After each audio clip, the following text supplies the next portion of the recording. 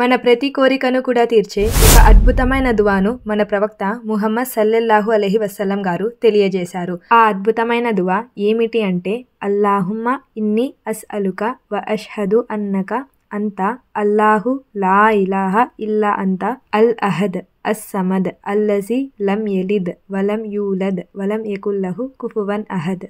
ఈ దువా యొక్క అర్థం ఏమిటి అంటే, ఓ అల్లా, నేను నిన్ను అడుగుతున్నాను మరియు నేను సాక్ష్యంగా చెబుతున్నాను, నీవే అల్లాహ్, నీవు తప్ప ఇంకెవరు పూజకు అర్హులు లేరు. నీవు ఏకైకుడువు, అన్ని అవసరాలు నింపేవాడు. నీవు ఎవరిని కనలేదు, నిన్ను ఎవరూ కనలేదు, నీకు సమానమైన వారు ఎవ్వరూ లేరు.